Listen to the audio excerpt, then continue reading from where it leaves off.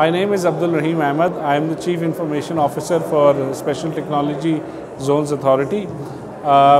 So the role of the authority is to create special technology zones across the country, and the idea is to attract investments in the technology sector, both domestic investments and foreign investments. The technology zones have special laws, and the government is providing the different kind of incentives, from fiscal incentives to regulatory support to operational support to all tech companies. So there is ease of doing business, and they can come into the zone, work with different ecosystem partners. So the idea is to create knowledge ecosystems, and knowledge ecosystems consist of the tech industry, the government, the academia, R&D, startups, VCs and investors.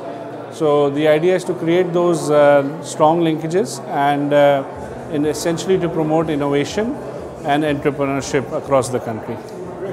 So I think it's starting with, so there has to be a dynamic website which is the face of the organization. So anyone coming in, and because this is a new concept being implemented for the first time locally, so for companies to be able to find information and how they can get a license or apply for the license and find out the information.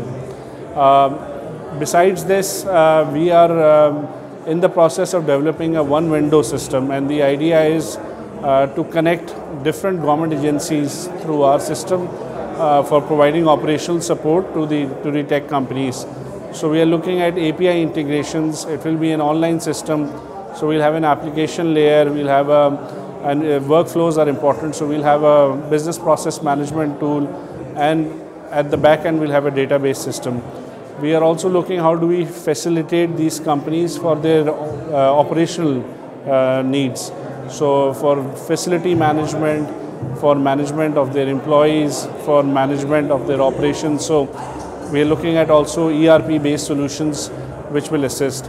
We are also looking at implementing bots, so automated AI bots which can provide information to these companies on a real-time basis. And given that customer service and customer support is extremely critical here, so we are really focused on UI, UX, and having service models and business support through call center solutions and IVR support, and also looking at how we can use AI on the operational support element to provide services to these companies. So I think it's a new authority. So one is the infrastructure is being set up for the first time, and it's being set up from ground zero. So really from the scratch. So from the planning, the analysis and the design stage, and also mapping out both the internal requirements as well as the external customer requirements. And given that execution is extremely key for us, so we really want to get it right for the first time. So I think the challenge is that we design the infrastructure in a way which really serves our business requirements and is aligned to our strategic needs. So a lot of time speaking to internal clients and external clients to come up with the right model. So I think that's one of the challenges, I would say. So I think one is clearly if we can leverage blockchain, for example, because multiple and a number of different government agencies are involved, different departments are involved. So how do we automate paperwork into a digital solution, and how do we avoid duplication, and we reuse the information across for licensing, for approvals, and for regulatory monitoring. So blockchain is definitely one platform which can solve this problem, and is a really high-tech technology which can really help us. I think the other is, with time, how do we also leverage the kind of data we gather?